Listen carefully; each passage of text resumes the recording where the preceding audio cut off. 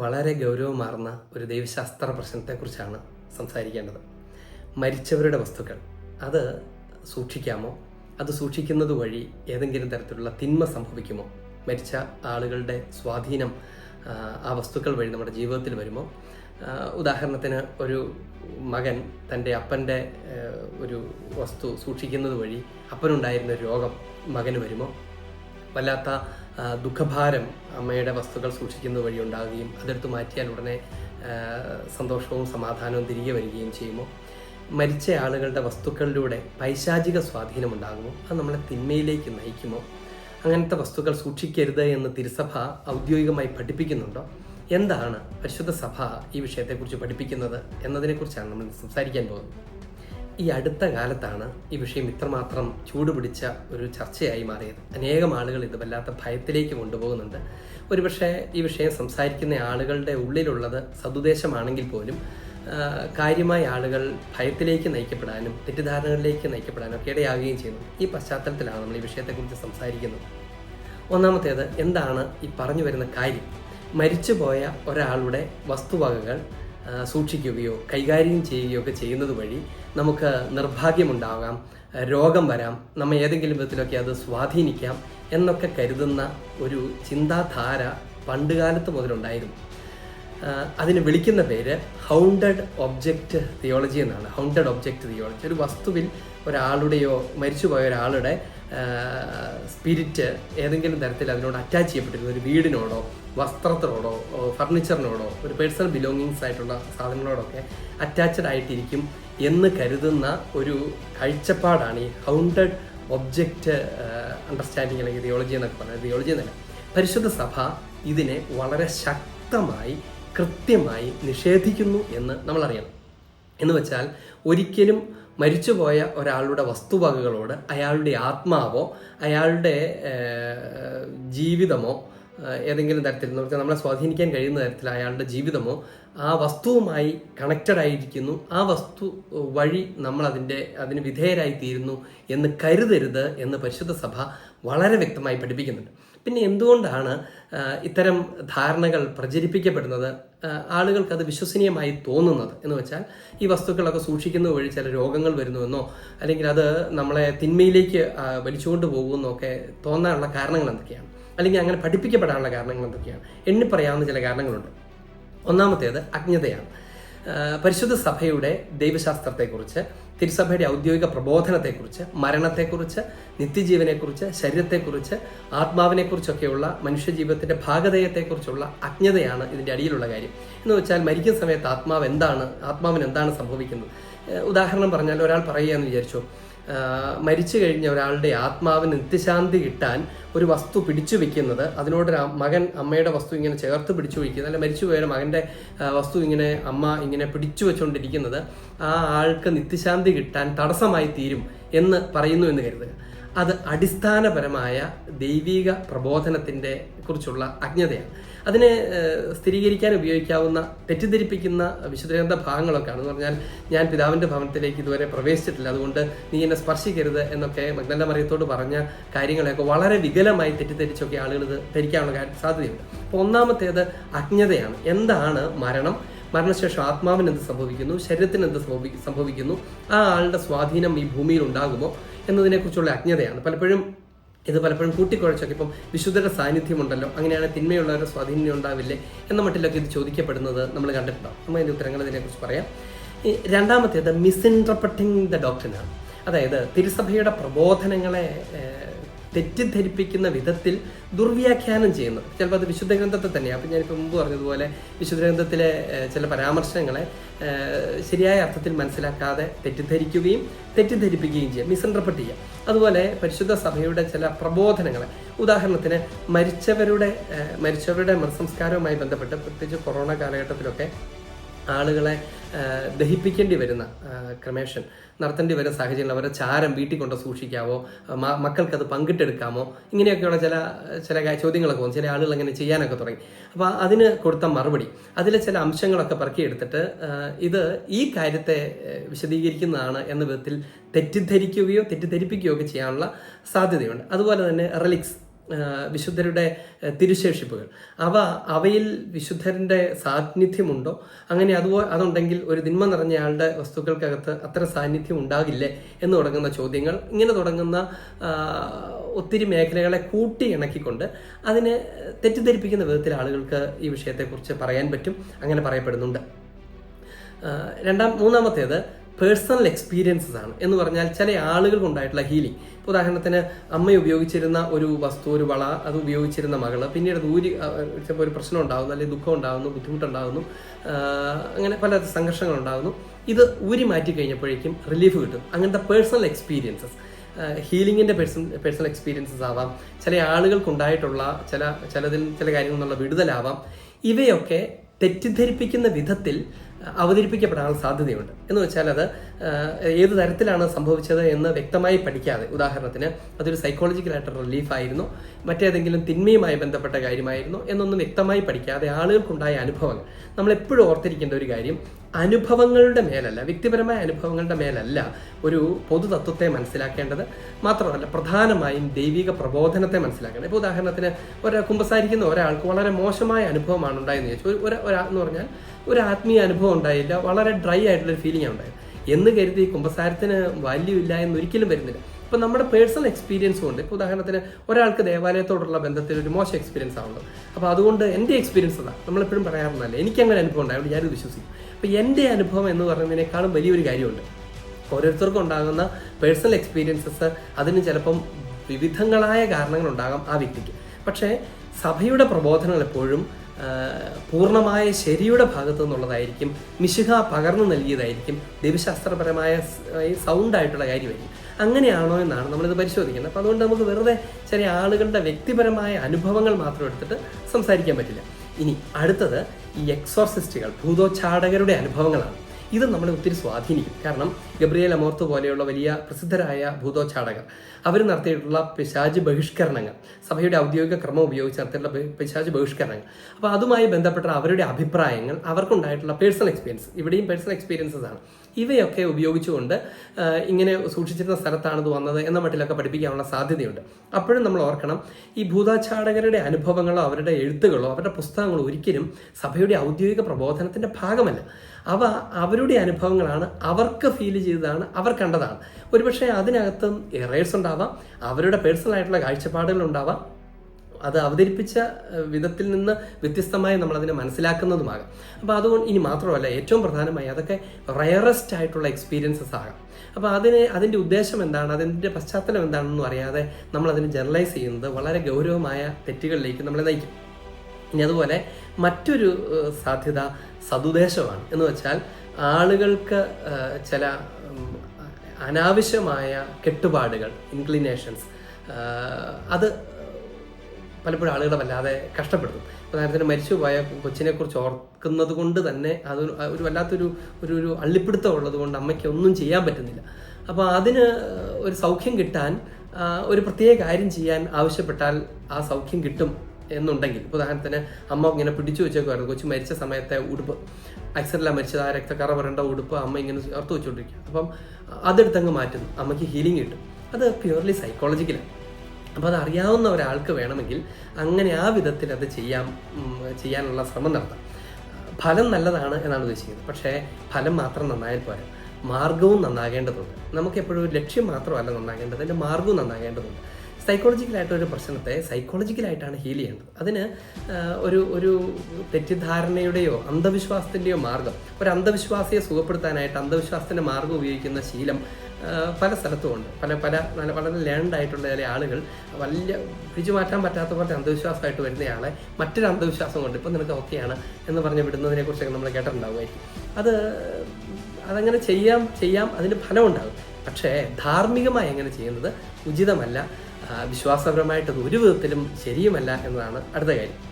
ഇനി മറ്റൊന്ന്, എന്താ പറയുക, ബന്ധനങ്ങളിൽ നിന്നൊക്കെ വിടുവിക്കുക എന്ന് പറയുന്ന കാര്യം എന്ന് പറഞ്ഞാൽ മരിച്ച ആളോടുള്ള ബന്ധനമായിരിക്കും, ചില തിന്മയുടെ ബന്ധനത്തിലായിരിക്കും. അപ്പോൾ അതിൽ നിന്നൊക്കെ ഒരാളെ വിടുവിക്കാൻ വേണ്ടി ആ ആൾക്ക് സാരമായ ഒരു മനസ്താപം, അനുതാപം ഉണ്ടാകാൻ, ഒരു ലൈഫിലൊരു ചേഞ്ച് ഉണ്ടാകാൻ ഒരല്പം ഭയം കൂടി ആവശ്യമുണ്ട്. അങ്ങനത്തെ ഒരു പശ്ചാത്തലത്തിലൊക്കെ ചിലപ്പോൾ ആളുകളെ ഭയപ്പെടുത്തുന്ന വിധത്തിൽ ചില കാര്യങ്ങളെക്കുറിച്ചൊക്കെ പറയുകയോ അവതരിപ്പിക്കുകയോ ഒക്കെ ചെയ്യുന്ന സാധ്യതകളുമുണ്ട്. ഇത് ഏതു തന്നെ ആയിരുന്നാലും നമ്മൾ അടിസ്ഥാനപരമായി അറിയേണ്ട ഒരു കാര്യം, പരിശുദ്ധ സഭ ഒരിടത്തും, ഇനി ആരൊക്കെ സഭ ഇങ്ങനെ പഠിപ്പിക്കുന്നുണ്ട്, CCCയിൽ ഇങ്ങനെയുണ്ട്, ഡോക്യുമെന്റുകളിൽ ഇങ്ങനെയുണ്ട് എന്ന് പറഞ്ഞാലും ഒരു കാര്യം അടിസ്ഥാനപരമായി ഓർക്കണം, തിരുസഭ ഒരിക്കലും ഇങ്ങനെ പഠിപ്പിക്കുന്നില്ല.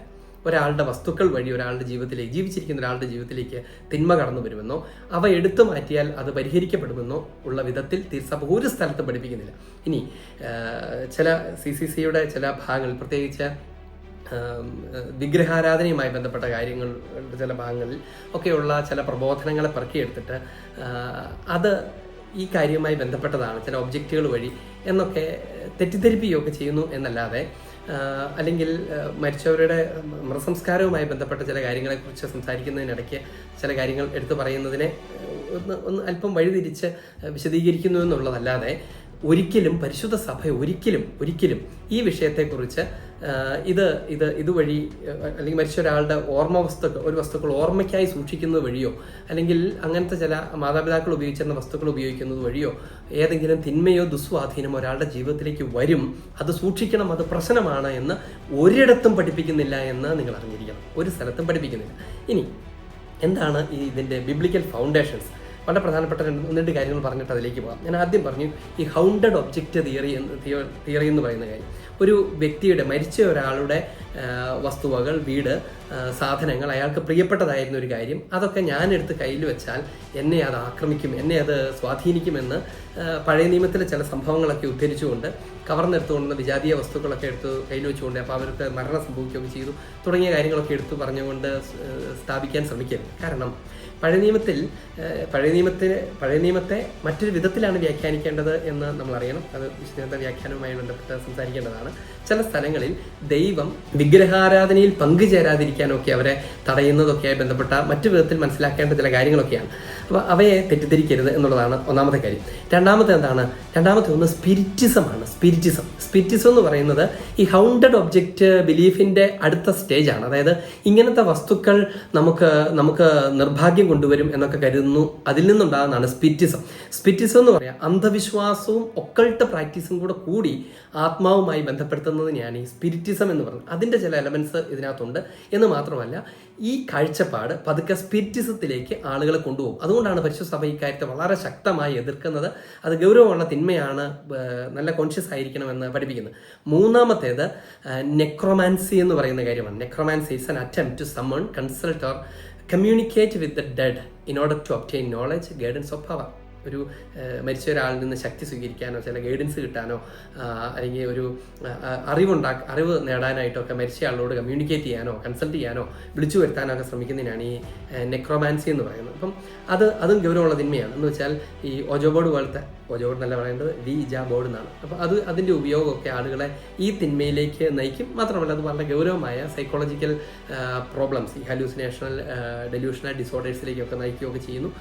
ഒപ്പം അത് വിജാ ബോർഡ് പോലത്തെ കാര്യങ്ങളൊക്കെ നിർമ്മിക്കുന്ന ആളുകൾക്ക് ഉള്ള സൈറ്റാനിക് ഇൻഫ്ലുവൻസും ഒക്കെ അവരിലേക്ക് കടന്നു വരികയൊക്കെ ചെയ്യും. അതൊരു മറ്റൊരു വിഷയമാണ്. പക്ഷേ എന്നായിരുന്നാൽ തന്നെയും ഈ കാഴ്ചപ്പാട്, അതായത് മരിച്ചവരുടെ വസ്തുക്കളിൽ അവരുടെ സ്വാധീനം, അവ നമുക്ക് ചില ആളുകൾക്കെങ്കിലും, പൊതുവിലൊന്നുമല്ല ചില ആളുകൾക്കെങ്കിലും അത് പ്രശ്നമുണ്ടാക്കാം, അതെടുത്ത് മാറ്റുമ്പോൾ നമുക്ക് അങ്ങനത്തെ അനുഭവം ഉണ്ടാകുന്നു എന്ന് പറയുന്നത് മെല്ലെ സ്പിരിറ്റിസിലേക്കും അതിനുശേഷം അത് നെക്രോമാൻസിയിലേക്കൊക്കെ നയിക്കുകയും ആളുകളെ ഭീതിയിലാഴ്ത്തുകയൊക്കെ ചെയ്യാനുള്ള നല്ല സാധ്യതയുണ്ട് എന്ന് മാത്രമല്ല, അത് പരിശുദ്ധ സഭയുടെ ഔദ്യോഗിക പ്രബോധനത്തിന് മരണത്തെക്കുറിച്ചും മരിച്ചവരുടെ ശരീരത്തെക്കുറിച്ചും അവരുടെ ആത്മാവിനെക്കുറിച്ചും നിത്യജീവിതത്തെക്കുറിച്ചും അവർക്ക് ഭൂമിയിലുള്ളവരോടുമുള്ള ബന്ധത്തെക്കുറിച്ചുമൊക്കെയുള്ള തിരുസഭയുടെ ഔദ്യോഗിക പ്രബോധനത്തിന് വിരുദ്ധമാണ്. അതങ്ങനെ പഠിപ്പിക്കുന്ന ആളുകൾ പരിശുദ്ധ സഭയുടെ പ്രബോധനത്തിനെതിരായിട്ട് തന്നെയാണ് സംസാരിക്കുന്നത് എന്ന് നമ്മളറിയണം. ഇനി ഇതിൻ്റെ ഒരു വിശുദ്ധഗ്രന്ഥ പശ്ചാത്തലം എന്താണ് എന്നാണ്. വിശുദ്ധഗ്രന്ഥത്തിൻ്റെ ജനറൽ കോണ്ടെക്സ്റ്റിലാണ് നമ്മൾ ഈ വിഷയങ്ങളൊക്കെ മനസ്സിലാക്കേണ്ടത്. മരണത്തെക്കുറിച്ച് എന്താണ് ഈശോ പഠിപ്പിക്കുന്നത്, മരിച്ചവർക്ക് എന്താണ് സംഭവിക്കുന്നത്. അടിസ്ഥാനപരമായ ഒന്നിൻ്റെ കാര്യം മാത്രം പെട്ടെന്ന് പറയാം. മരിക്കുന്ന സമയത്ത് എന്ത് സംഭവിക്കുന്നു എന്ന് ചോദിച്ചാൽ ആത്മാവും ശരീരവും വേർപിരിയും. അതിനെയാണ് മരണമെന്ന് വിളിക്കുന്നത്. ആത്മാവ് ദൈവത്തെ കണ്ടുമുട്ടാനായി യാത്രയാകുന്ന ആലങ്കാരികമായ ഭാഷയിൽ CCC സംസാരിക്കും. എന്ന് വെച്ചാൽ ദൈവത്തിൻ്റെ പ്രപഞ്ചത്തിലേക്ക് ആത്മാവ് മാറും. അത് ആ മരണത്തിൻ്റെ നിമിഷത്തിൽ തന്നെ തൻ്റെ വിധി സ്വീകരിച്ച് സ്വർഗത്തിലേക്കോ, ശുദ്ധീകരണ സ്ഥലം വഴി സ്വർഗത്തിലേക്കോ അഥവാ നരകത്തിലേക്കോ എന്ന വിധി ഭാഗതയും സ്വീകരിച്ചുകൊണ്ടാണ് ഈ ആത്മാവ് ഈ പ്രപഞ്ചത്തിൽ നിന്ന് വിട്ടുപോകുന്നത്, അല്ലെങ്കിൽ ദൈവിക പ്രപഞ്ചത്തിലേക്ക് ട്രാൻസ്ഫർ ചെയ്യപ്പെടുന്നത്. അല്ലാതെ അതിനൊരു ഗ്യാപ്പില്ല. അതിവിടെ കാത്തിരിക്കില്ല, ഇവിടെ കറങ്ങി നടക്കില്ല, ഇടയ്ക്കിടയ്ക്ക് സന്ദർശിക്കാൻ വരില്ല എന്ന് നമ്മൾ ഓർക്കണം. ഇനി വിശുദ്ധരിലൂടെയൊക്കെ അങ്ങനെ സന്ദർശിച്ചിട്ടില്ല എന്നൊക്കെ ചിലപ്പോൾ ചിലർ ചോദിച്ചെന്നിരിക്കും. വിശുദ്ധരിലൂടെ ഇപ്പോൾ ഉദാഹരണത്തിന് അൽഫോൻസാമ്മയ്ക്ക് ചാവറയച്ചൻ്റെ ദർശനമുണ്ടാകും. ചാവറയച്ചൻ വന്ന് സംസാരിക്കുന്നതല്ല, പകരം അൽഫോൻസാമ്മയ്ക്ക് ചാവറയച്ചനോടുണ്ടായിരുന്ന വലിയ സ്നേഹബന്ധം, ബഹുമാനം, ആത്മീയ ബന്ധം, അത് ഉപയോഗിച്ചുകൊണ്ട് ദൈവം അത്തരം ഒരു ദർശനം നൽകുന്നതാണ്. നമുക്ക് ആ വിഷയത്തെക്കുറിച്ച് സഭാപിതാക്കന്മാരൊക്കെ എന്താ പഠിപ്പിക്കുന്നതെന്ന് നമുക്ക് ഉടനെ കാണാം. ഇനി എൻ്റെ ബിബ്ലിക്കൽ ഫൗണ്ടേഷനകത്ത് പ്രധാനപ്പെട്ട ഒരു കാര്യം പലപ്പോഴും ഉപയോഗിക്കപ്പെടുന്നത് ഡ്യൂട്രോണമി 18-ാമത്തെ അധ്യായം 10 മുതലുള്ള ഭാഗങ്ങളാണ്. അതിൽ നമ്മളിങ്ങനെ വായിക്കും: മകനെയോ മകളെയോ ഹോമിക്കുന്നവൻ, പ്രാശ്നികർ, ലക്ഷണം പറയുന്നവർ, ആഭിചാരക്കാർ, മന്ത്രവാദി, വെളിച്ചപ്പാട്, ക്ഷുദ്രക്കാർ, മൃതസന്ദേശ വിദ്യക്കാർ എന്നിവരാരും നിങ്ങൾക്കിടയിൽ ഉണ്ടായിരിക്കരുത്. എന്ന് വെച്ചാൽ അങ്ങനത്തെ സന്ദേശങ്ങൾ വരുന്നത് അവ സൂക്ഷിക്കുന്നതുമായി ബന്ധപ്പെട്ട ഒരാളോട് കമ്മ്യൂണിക്കേറ്റ് ചെയ്യാം എന്ന് കരുതുന്നവരൊന്നും നിങ്ങളുടെ ഇടയിൽ ഉണ്ടായിരിക്കരുത് എന്ന് തന്നെയാണ് തിരുസഭയുടെ ബോധ്യം വിശുദ്ധഗ്രന്ഥത്തിനെ ആസ്പദമാക്കി. ഇനി അതുതന്നെയാണ് എല്ലായിടത്തും വിശുദ്ധഗ്രന്ഥം സംസാരിക്കുന്നത്. മരണത്തോടുകൂടെ ആളുടെ ആത്മാവ് വേർപിരിയും. ഇനി ശരീരം ഈ ഭൗതിക പ്രപഞ്ചത്തിൽ ഒരു പ്രത്യേക വിധത്തിൽ ആത്മാവുമായുള്ള പുനഃസമാഗമനത്തിനായി, മിശിഹായുടെ 2ാമത്തെ വരവിലുള്ള പുനഃസമാഗമനത്തിനായി കാത്തിരിക്കും. ഇതാണ് സംഭവിക്കുന്നത്. ഇനി 1 സാമുവേൽ 28-ാമത്തെ അധ്യായത്തിൽ ഈ സാവൂൾ ഒരാളെ ഉപയോഗിച്ച് ഒരു മന്ത്രവാദി ഉപയോഗിച്ച് സാമുവേലിൻ്റെ ആത്മാവുമായി സംസാരിക്കാൻ ശ്രമിക്കുന്നതിനെ കുറിച്ച് നമ്മൾ വായിക്കും. അത് അവതരിപ്പിക്കപ്പെടുന്നത് എങ്ങനെയാണെന്നറിയാമോ? ഈ സാവൂളിൻ്റെ ആത്മീയ തകർച്ചയെക്കുറിച്ച് പറയാനും അതൊരു പാപകരമായ കാര്യമായിരുന്നു ഈ സൗൾ ചെയ്യാൻ ശ്രമിച്ചത് എന്ന് പറയാനാണ്. അല്ലാണ്ട് സാധ്യമാണോ അല്ലയോ എന്ന് പറയുക എന്നുള്ളത് അവിടുത്തെ ഉദ്ദേശമല്ല. ഇത്തരം ഗൂഢവിദ്യകളൊക്കെ എപ്പോഴും തിന്മയാണ് എന്ന് തന്നെയാണ് വിശുദ്ധഗ്രന്ഥം സംസാരിക്കുന്നത്, പഠിപ്പിക്കുന്നതൊക്കെ. ഇനി ആത്മാവിനെ കുറിച്ചാണ് നമ്മൾ പറഞ്ഞത്. പിശാച് എന്ന് പറയുന്നത് മറ്റൊരു വിഷയമാണ്. നമുക്കതിലേക്ക് പതുക്കെ വരാം. ഇനി മറ്റൊന്ന് തിരുസഭയുടെ ഒരു ഇൻസ്ട്രക്ഷൻ, അടുത്തിടയ്ക്ക് വന്ന ഒരു ഇൻസ്ട്രക്ഷനാണ് instruction regarding the burial of the deceased and the conservation of the ashes in case of cremation. ഈ മരണശേഷം ദഹിപ്പിക്കപ്പെടേണ്ട സാഹചര്യം വരികയാണെങ്കിൽ ആ ആളുടെ ഭൗതിക അവശിഷ്ടങ്ങൾ, ചാരവും അസ്ഥിയുടെ കഷ്ണങ്ങളും ഒക്കെ എന്ത് ചെയ്യണം എന്നതിനെക്കുറിച്ചുള്ള ഒരു ഡോക്യുമെൻ്റ് പബ്ലിഷ് ചെയ്യപ്പെട്ടിട്ടുണ്ട്. പക്ഷേ ആ ഡോക്യുമെൻറ്റിനകത്തൊരു കാര്യം നമ്മൾ ശ്രദ്ധിക്കണം. അത് ഒരിക്കലും ആ മരിച്ചയാളുടെ വസ്ത്രങ്ങളുമായി ബന്ധപ്പെട്ടോ പുസ്തകങ്ങളുമായി ബന്ധപ്പെട്ടോ ഫർണിച്ചറുകളോ പേഴ്സണൽ ഐറ്റംസോ ഫോട്ടോഗ്രാഫുകളോ ഒക്കെ ആയി ബന്ധപ്പെട്ട വിഷയത്തെക്കുറിച്ച് ആ ഡോക്യുമെൻ്റ് സംസാരിക്കുന്നതേയില്ല. പിന്നെ പറയുന്നത് എന്താണ്? ഈ ആഷസിനെ പ്രോപ്പറായിട്ട് കൊണ്ടുപോയി ബെറി ചെയ്യണമെന്നാണ്. എന്ന് വെച്ചാൽ എപ്പോഴും ശ്രദ്ധിക്കേണ്ടത് അത് സെമിത്തേരി ദേവാലയത്തിൻ്റെ ഭാഗമാണ്. അവിടെ കൊണ്ട് പ്രോപ്പറായിട്ടുള്ള ഒരു ബെറിയിലാണ് നടത്തേണ്ടത് എന്നാണ് പറഞ്ഞത്. കാരണം അവ കുറച്ച് എടുത്ത് വീട്ടിൽ സൂക്ഷിച്ചു വെക്കാനോ അമ്മയുടെ ഓർമ്മയ്ക്കായി സൂക്ഷിക്കാനോ ഒന്നും ഉദ്ദേശിക്കുന്നില്ല. എന്തുകൊണ്ടാണ് അങ്ങനെ പറയുന്നത്? അതുവഴി എന്തെങ്കിലും തിന്മയുണ്ടാകുമെന്നുള്ളത് കൊണ്ടുമല്ല, പകരം ഒരു മരിച്ച വ്യക്തിയുടെ ശരീരത്തോട്, പരിശുദ്ധ റൂഹായുടെ ആലയമായിരുന്ന ഒരു വ്യക്തിയുടെ മനുഷ്യ ശരീരത്തോടുള്ള ബഹുമാനം കൊണ്ടാണ് അങ്ങനെ സംസാരിക്കുന്നത്. അപ്പം അതിനെ ഡിഗ്നിറ്റിയോടുകൂടെ ബെറി ചെയ്യപ്പെടണമെന്നും ഇനി അങ്ങനത്തെ അനാവശ്യമായ കെട്ടുപാടുകൾ ഒന്നും ഉചിതമല്ല എന്ന് നമ്മെ ഓർമ്മിപ്പിക്കാനും ഒക്കെ ആയിട്ടാണ്. അല്ലാതെ അവ വഴി എന്തെങ്കിലും തിന്മ കടന്നു വരും എന്നുള്ളത് കൊണ്ടല്ല എന്ന് നമ്മൾ ഓർക്കണം. അത് ആളോടെ ആദരവാണ്. മരിച്ചു പോയ ഒരാൾ ദൈവസന്നിധിയിലാണ്. ആ വ്യക്തിയുടെ ഭൗതിക ശരീരം അതും ദൈവത്തിന് അവകാശപ്പെട്ടതാണ്. അത് ആത്മാവിനോട് പുനഃസമാഗമനത്തിൽ യോജിച്ചു തരാനുള്ളത്. ആ ബയോളജിക്കൽ ബോഡിയല്ല, അത് ട്രാൻസ്ഫിഗർ ചെയ്യപ്പെടുന്ന ഗ്ലോറിഫൈഡ് ബോഡിയാണ്. മഹത്വീകരിക്കപ്പെടാൻ പോകുന്ന ശരീരമാണ് ഈ ആത്മാവിനോട് സംയോജിക്കാൻ പോകുന്നത്. അപ്പോൾ അതുവരെ സ്വാഭാവിക നിയമം അനുസരിച്ച് പ്രകൃതിയിൽ അത് അലിഞ്ഞു ചേരുകയും അത് ആ വിധത്തിൽ കാത്തിരിക്കുകയും ചെയ്യണം. അല്ലാതെ നമ്മൾ അതിൻ്റെ ഒരു അംശം എടുത്തുകൊണ്ടുപോയി സൂക്ഷിച്ചു വെക്കുന്നത് വഴി അമ്മയുടെ കുറച്ച് സാന്നിധ്യം എൻ്റെ അടുത്തുണ്ടാകും എന്ന തരത്തിലുള്ള ഒക്കൾട്ട് പ്രാക്ടീസസും തിന്മകളും ഉണ്ടാകാതിരിക്കുന്നതിന് വേണ്ടിയിട്ടാണ് പരിശുദ്ധ സഭ ഈ ഡിഗ്രി വഴി കാര്യമായി സംസാരിക്കുന്നത്. ഇനി മരിച്ച ഒരാളുടെ വസ്തുക്കൾ സൂക്ഷിക്കുന്നത് വഴി ഏതെങ്കിലും ബുദ്ധിമുട്ടോ ദുരന്തമോ മിസ്ഫോർച്യൂൺ നിർഭാഗ്യമോ വരുമെന്നോ, അങ്ങനത്തെ വസ്തുക്കൾ ഏതെങ്കിലും തരത്തിലുള്ള സ്പിരിച്വൽ കണ്ടാമിനേഷൻ, ഏതെങ്കിലും ഒരു ആത്മീയ തകർച്ച വരുത്തുമെന്നോ, അവയുടെ പ്രസൻസ് ഏതെങ്കിലും തരത്തിലുള്ള അപകടങ്ങളോ രോഗങ്ങളോ വരുത്തുമെന്നോ തിരുസഭ ഒരിക്കലും പഠിപ്പിക്കുന്നില്ല എന്ന് അസന്നിഗ്ധമായി തന്നെ നമ്മൾ പറഞ്ഞു. ഇനി എങ്ങനെയാണ് നമുക്ക് ഇത്തരം ചിന്തകളൊക്കെ ഉണ്ടായത്? 3-4 സോഴ്സിൽ നിന്നാണ്. ഒന്നാമത്തേത് ഈ ഫോക്ലോർ, ഈ നാട്ടുകഥകൾ അകത്തുനിന്നുണ്ടായ ഒരു കാഴ്ചപ്പാടാണത്. 2 അന്ധവിശ്വാസങ്ങൾ, സൂപ്പർസ്റ്റിഷൻസ്. അവ ധാരാളം പ്രചരിക്കുന്ന ഒരു നാട്ടിലൊക്കെയാണ് നമ്മൾ ജീവിക്കുകയൊക്കെ ചെയ്യുന്നത്. അതിൽ നിന്ന് ഉണ്ടാകും. അതുപോലെ ചില കൾച്ചറൽ ബിലീഫുകളുണ്ട് നമ്മുടെ നാട്ടിലും വിദേശ രാജ്യങ്ങളൊക്കെ ഇത് കോമൺ ആണ്. അത്തരം കൾച്ചറൽ ബിലീഫുകളിൽ നിന്ന് ഇതുണ്ടാകുന്നു. അതുപോലെ ഈ ഒക്കൾട്ട് തിങ്കിങ്, ഗൂഢവിദ്യകളുമായി ബന്ധപ്പെട്ട കാഴ്ചപ്പാടുകൾ, ചിന്തകൾ, ഇവയിൽ നിന്നൊക്കെയാണ് ഈ മേൽ പറഞ്ഞ തരത്തിലുള്ള ധാരണകൾ ആളുകൾക്കുണ്ടാകുന്നത്. അവയെ നമ്മൾ ഒരിക്കലും പ്രൊമോട്ട് ചെയ്യരുത്, അതിനെ പ്രചരിപ്പിക്കരുത്, അല്ലെങ്കിൽ ആളുകൾക്ക് അങ്ങനെ തോന്നാൻ ഇടയുള്ള വിധത്തിൽ നമ്മുടെ പ്രബോധനങ്ങളെ അവതരിപ്പിക്കരുത് എന്ന് നമ്മൾ ഓർക്കണം. ഇനി എന്താണ് അനുവദിക്കപ്പെട്ടിട്ടുള്ളത്, ഇനി എന്താണ് അനുവദിക്കപ്പെട്ടിട്ടില്ലാത്തത്? അനുവദിക്കപ്പെട്ടിട്ടുള്ളത് ഒരു വസ്തുവിനെ ഒരാളുടെ ഓർമ്മയ്ക്കായി സൂക്ഷിക്കുന്നത് അനുവദനീയമാണ്. മരിച്ച ഒരാളുടെ ഫോട്ടോഗ്രാഫ് സൂക്ഷിക്കുന്നത്, അയാൾ ഉപയോഗിച്ചിരുന്ന വസ്തുക്കൾ വീട്ടിൽ സൂക്ഷിക്കുന്നത് അത് അനുവദനീയമാണ്, അത് ശരിയാണ്. അങ്ങനെ സൂക്ഷിക്കുന്നതിനകത്ത് ഒരു തിന്മയുമില്ല. It's permitted. ഇനി എന്താണ് അനുവദിച്ചിട്ടില്ലാത്തത്, തിന്മയായിട്ടുള്ളത്? അവ ഏതെങ്കിലും തരത്തിലുള്ള അപകടമോ ബുദ്ധിമുട്ടോ നമുക്ക് കൊണ്ടുവരും എന്നുള്ള വിശ്വാസം, ദാറ്റ് ഈസ് പ്രൊഹിബിറ്റഡ്. അതാണ് അനുവദിച്ചിട്ടില്ലാത്തത്. അപ്പം ഇതിനകത്ത് മോറൽ വിഷ്യൂ എന്താണ്? അത് ഒരു ഒബ്ജക്റ്റുമായി ബന്ധപ്പെട്ടല്ല, പകരം ആ വസ്തുവുമായി ബന്ധപ്പെട്ട, ആ ഒബ്ജക്റ്റുമായി ബന്ധപ്പെട്ട വിശ്വാസത്തിന്റെ കാര്യത്തിലാണ് ഈ പ്രശ്നം. അപ്പം ഹീൽ ചെയ്യപ്പെടേണ്ടത് എവിടെയാണ്? വിശ്വാസത്തിലാണ് ഹീൽ ചെയ്യപ്പെടേണ്ടത്, അല്ലാണ്ട് ആ വസ്തുവിലല്ല. വസ്തുവിന് പ്രശ്നമുണ്ട് എന്ന് നമ്മൾ ഒരിക്കലും പറയുകയും ചെയ്യരുത്, പഠിപ്പിക്കുകയും ചെയ്യരുത്. ഇനി മറ്റൊരു കാര്യം, ഈ വസ്തു വഴി പിശാചിന്റെ സ്വാധീനം ഉണ്ടാകുമോ എന്നുള്ളതാണ്. നമ്മൾ ആദ്യം പറഞ്ഞു ആത്മാവിന്റെ സ്വാധീനത്തിന് ഒരു സാധ്യതയുമില്ല. കാരണം ആത്മാവ് മറ്റൊരു പ്രപഞ്ചത്തിലേക്ക് മാറുന്നു, ദൈവത്തിന്റെ കൂടെയാണ്. അതുകൊണ്ട് ആത്മാവ് ഒരിക്കലും ആ വസ്തുവിലില്ല. ആ വസ്തു നിന്നെ ആ വ്യക്തിയുമായിട്ട് അതുവഴി കണക്ട് ചെയ്യത്തൊന്നും ഇല്ല എന്ന് നമ്മൾ കൃത്യമായി പറഞ്ഞു. ഇനി അങ്ങനെയാണ് പൈശാചിക സാന്നിധ്യങ്ങൾ ഉണ്ടാകുമോ? പൈശാചിക സ്വാധീനം ഒരു വസ്തുവിൽ എപ്പോഴും ഉണ്ടാകാം. അതിന് ഇതുവഴി വേണമെന്നില്ല, എങ്ങനെയും ഉണ്ടാകാം. ഈ പിശാചിന്റെ സ്വാധീനം ഉണ്ടാകാം, തിന്മയിലേക്ക് നയിക്കാൻ ഒരു വസ്തുവിന് സാധിക്കും. ഇങ്ങനെയുള്ള സാഹചര്യത്തിലാണ് പരിശുദ്ധ സഭ ആശീർവാദങ്ങൾ നടത്തുന്നത്. എന്ന് വെച്ചാൽ വെഞ്ചരിപ്പുകളെ കുറിച്ച് നമുക്കറിയാം. ഒരു വസ്തു വെഞ്ചരിക്കും, നമ്മളൊരു വീട് പണിയുമ്പോൾ വെഞ്ചരിക്കും, ജപമാല നമ്മൾ വെഞ്ചരിക്കും. അവ എന്തിനാണ് വെഞ്ചരിക്കുന്നത്? അതിൽ ദൈവത്തിന്റെ സാന്നിധ്യം ഉണ്ടാകാനാണ്, മിശിഹായുടെ സാന്നിധ്യം ഉണ്ടാകാൻ വേണ്ടിയാണ്. നമുക്ക് ഏതെങ്കിലും തരത്തിലൊരു ഭയം ഉണ്ടെങ്കിൽ നമ്മൾ അതിനെ ഊരിക്കളയോ നശിപ്പിച്ചു കളയേണ്ടത് അതിനെ ആശീർവദിക്കാൻ കൊണ്ടുപോവുക എന്നുള്ളതാണ്, വെഞ്ചരിക്കാൻ കൊണ്ടുപോവുക എന്നുള്ളതാണ്. ചിലപ്പോഴൊക്കെ ഞാൻ കണ്ടിട്ടുണ്ട്, ചില ആളുകൾ ആ വീട്ടിൽ തിന്മയുണ്ടായിരുന്നു, ആ വീട് ഒരു മോശം കാര്യത്തിന് ഉപയോഗിച്ചതായിരുന്നു, അതുകൊണ്ടാണ് ആ വീട്ടിൽ താമസിക്കുമ്പോഴൊക്കെ പ്രശ്നം ഉണ്ടാകുന്നത്, അതുകൊണ്ട് അത് പൊളിച്ചു കളയാമെന്നോ അല്ലെങ്കിൽ ഒരു ഭാഗം പൊളിച്ചു മാറ്റാമെന്നോ ഒക്കെ ചില ആളുകൾ ഉപദേശിക്കുന്നു. ചില അങ്ങനെ ചെയ്യുന്നതിനെ കുറിച്ചൊക്കെ ഞാൻ കണ്ടിട്ടുണ്ട്. നമ്മൾ ഓർക്കേണ്ട ഒരു കാര്യം എന്താണെന്നറിയോ? ഇവൻ ഒരു ജപമാല, അടുത്തിടയ്ക്ക് ഉണ്ടായിരുന്ന, കുറച്ചു കാലം മുമ്പ് ഉണ്ടായിരുന്ന ഒരു വലിയ തെറ്റിദ്ധാരണയാണ് ഈ ജപമാല സാത്താന്റെ ജപമാലയാണ്, സാത്താനിക ജപമാലയാണ്, അത് ഉപയോഗിച്ച് കഴിഞ്ഞാൽ പിശാച് ഒരാളെ ബാധിക്കും എന്നൊക്കെ പറയുന്നു. നമ്മളൊന്ന് ആലോചിച്ച് നോക്കി, ഇനി ഈ ജപമാല സാത്താൻ നിർമ്മിച്ചതാണെന്ന് കരുതുക, സാത്താന്റെ ഫാക്ടറിയിൽ ഉണ്ടാക്കി സാത്താൻ തന്നെ കൊണ്ടുതന്ന ഒരു ജപമാലയാണെന്ന് വിചാരിക്കും. ഈ ജപമാല അതൊരു മാലയെന്നുള്ള നിലയ്ക്ക് അതിനകത്ത് സാത്താന്റെ സാന്നിധ്യം ഉണ്ട് എന്നും കൂടെ അങ്ങോട്ട് സങ്കല്പിക്കുക. പക്ഷെ അത് കൊണ്ടുവന്ന് ഒരു മിശിഹായുടെ സ്ഥാനീയത്തിനുള്ള ഒരു വൈദികന്റെ ആശീർവാദത്താൽ സഭയുടെ ഔദ്യോഗിക ക്രമം ഉപയോഗിച്ച് അതിനെ ആശീർവദിക്കുകയും വിശുദ്ധ ജലത്താൽ അതിനെ വിശുദ്ധീകരിക്കുകയും ചെയ്തു കഴിഞ്ഞാൽ പിന്നെ അത് ദൈവത്തിന്റെ സാന്നിധ്യമുള്ള ഒരു വിശുദ്ധ വസ്തുവാണ്. നമ്മളൊരു കാര്യം ഓർക്കണം, അങ്ങനെ ചെയ്തിട്ടും അതിൽ തിന്മയുടെ സാന്നിധ്യം ഉണ്ട് എന്ന് കരുതിയാൽ ദൈവത്തെക്കാളും വലുതാണ് സാത്താൻ എന്നാണ് നമ്മൾ അറിയാതെ പറയുന്നത്. അത് പറയുന്നത് വഴി നമ്മൾ സാത്താനാണ് ഈ മഹത്വം കൊടുക്കുന്നത്. സാത്താന് മഹത്വം കൊടുക്കും, അതാണ് സാത്താൻ ഏറ്റവും പ്രീതികരമായ കാര്യം. അപ്പോൾ അതിനകത്തൊക്കെ തിന്മയുണ്ട്, വെഞ്ചരിച്ചാലും വിട്ടുപോകാത്ത തിന്മയൊക്കെ അവിടെ നിലനിൽക്കുന്നുണ്ട് എന്നൊക്കെ പ്രചരിപ്പിക്കരുത്. അങ്ങനെ പ്രചരിപ്പിച്ചാൽ അതുവഴിയാണ് സാത്താൻ പ്രവേശിക്കുക എന്ന് നമ്മൾ ഓർക്കണം.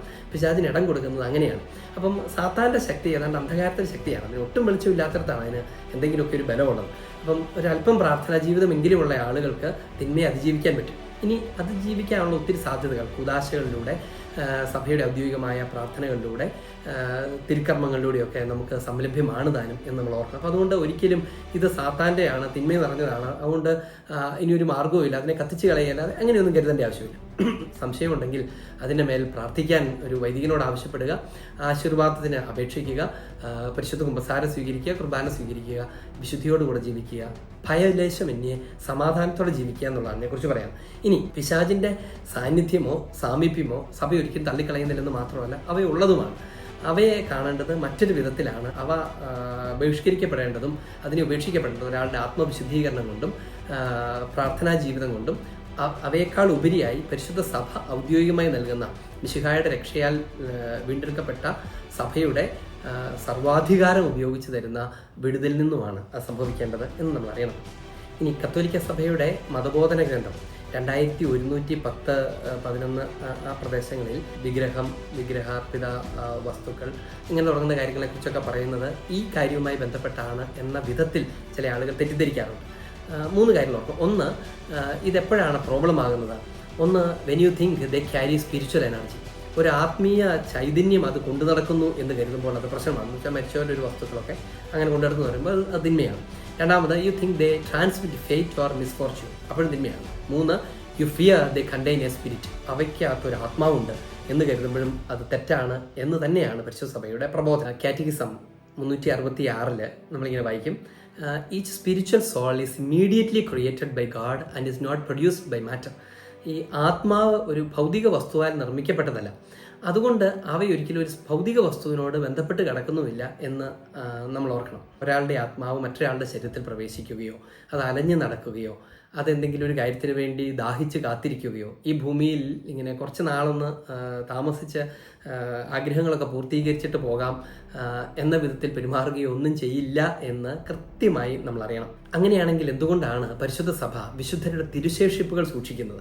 ചില സഭാപിതാക്കന്മാരുടെ പ്രബോധനങ്ങളെ കുറിച്ച് പറയാം. വിശുദ്ധ അഗസ്തീനോസ് പറയുന്നതാണ്, that honouring the relics or mat of ഈ വിശുദ്ധരുടെയോ രക്തസാക്ഷികളുടെയോ ഒക്കെ റിലിക്സ് തിരുശേഷിപ്പുകൾ സൂക്ഷിക്കുന്നത് that is not to worship the matter but reverence for what God accomplished in dum.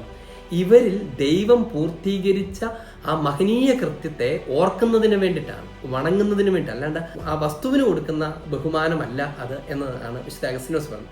The body of A Saint remains worthy of honor because it was a temple of the Holy Spirit. അതാണ് എൻ്റെ കാര്യം. വിശുദ്ധ John Chrysostom പറയുകയാണ്, the spiritual power associated with the relics of martyrs not as magical force but as a testimony to Christ's victory in them. അവരിൽ ഉണ്ടായ മിശിഹായുടെ വിജയത്തെക്കുറിച്ചാണ് ഈ തിരുശേഷിപ്പ് സംസാരിക്കുന്നത്, അല്ലാതെ അതിനകത്തുള്ളൊരു മാജിക്കൽ ഫോഴ്സിനെ കുറിച്ചല്ല, ഒരു ശക്തിയെക്കുറിച്ചല്ല. ഇനി വിശുദ്ധ Cyril of Jerusalem, he explained that grace is not limited by physical death. The saints remain alive in Christ and God may work through their memory and relics. ദൈവത്തിന് അവരുടെ ഓർമ്മയിലൂടെയും അവരുടെ തിരുശേഷിപ്പുകളിലൂടെയും പ്രവർത്തിക്കാൻ പറ്റും. ഈ വിശുദ്ധനല്ല പ്രവർത്തിക്കുന്നത്, ആ വിശുദ്ധനിലൂടെ ദൈവമാണ് പ്രവർത്തിക്കുന്നത്. വിശുദ്ധൻ്റെ തിരുശേഷിപ്പ് അതിനൊരു ദൈവത്തിന് പ്രവർത്തിക്കാനുള്ള ഒരു മാർഗമായോ ഒരു ഓർമ്മയായിട്ടോ നിലനിൽക്കുക മാത്രമാണ് ചെയ്യുന്നത് എന്നാണ്. ഇനി തെന്ത്രോസ് സൂനോദോസ് കൗൺസിൽ ഇക്കാര്യത്തെ വളരെ ശക്തമായി സംസാരിക്കുന്നു. The veneration of relics stating the honour given to relics is directed ultimately to Christ. ഒരു തിരുശേഷിപ്പിന് കൊടുക്കുന്ന വണക്കം അത് നേരിട്ട് മിശിഹ കേന്ദ്രീകൃതമാണ്, മിശിഹ ഉന്മുഖമാണ് എന്നാണ്. റിലിക്സ് ആർ നോട്ട് വർഷിപ്പ്, അവ ഒരിക്കലും ആരാധിക്കപ്പെടുന്നില്ല. They are venerated because of the holiness of the person and God's work in them. അവരുടെ വിശുദ്ധി മൂലവും ദൈവം അവരിൽ ചെയ്യുന്ന പ്രവൃത്തികൾ മൂലവും അവരുടെ തിരുശേഷിപ്പുകൾ ബഹുമാനിക്കപ്പെടുന്നു എന്ന് മാത്രമേ ഉള്ളൂ. ഇനി 25ാമത്തെ സെഷനിൽ അത് വീണ്ടും ക്ലാരിഫൈ ചെയ്യുകയാണ്. Veneration of relics is not a belief in magical force but honour given to God who works through the saints എന്നാണ്. ഇനി വിശുദ്ധരോടുള്ള വണക്കത്തിൽ ചില വസ്തുക്കൾ മുഖേനയുള്ള ഒരു കൂട്ടായ്മ, കമ്മ്യൂണിയൻ ത്രൂ ഒബ്ജക്ട്സ്, അവയിൽ സംഭവിക്കുന്നത് എന്താണ്? മിശിഹായിൽ അവർ മധ്യസ്ഥം യാചിക്കുക മാത്രമാണ് ചെയ്യുന്നത്, അല്ലാതെ അവരൊരു മാജിക്കൽ ചാനലായിട്ട് മാറുന്നില്ല എന്ന് തെന്ത്രോസ് സൂനോദോസ് നമ്മെ പഠിപ്പിക്കും. ചുരുക്കത്തിൽ ഈ വിഷയത്തിൽ ഏറ്റവും കാര്യമായി സംസാരിക്കപ്പെടേണ്ടത് ഈ മരണശേഷം എന്ത് സംഭവിക്കുന്നു, മരണാനന്തര ജീവിതം, മരണശേഷമുള്ള ശരീരത്തിൻ്റെ അവസ്ഥ തുടങ്ങിയ വിഷയത്തെക്കുറിച്ചൊക്കെയാണ്. ഞാനതിനെക്കുറിച്ച് അധികം ദീർഘമായി സംസാരിച്ചിട്ടില്ല, എന്നാൽ സംസാരിച്ചിട്ടുള്ള മറ്റ് ചില സ്ഥലങ്ങളും ക്ലാസ്സുകളൊക്കെ ഓൺലൈനിൽ ഉണ്ട് താനും. ഒരു 3 കാര്യം എടുത്തു പറഞ്ഞുകൊണ്ട് അവസാനിപ്പിക്കാം.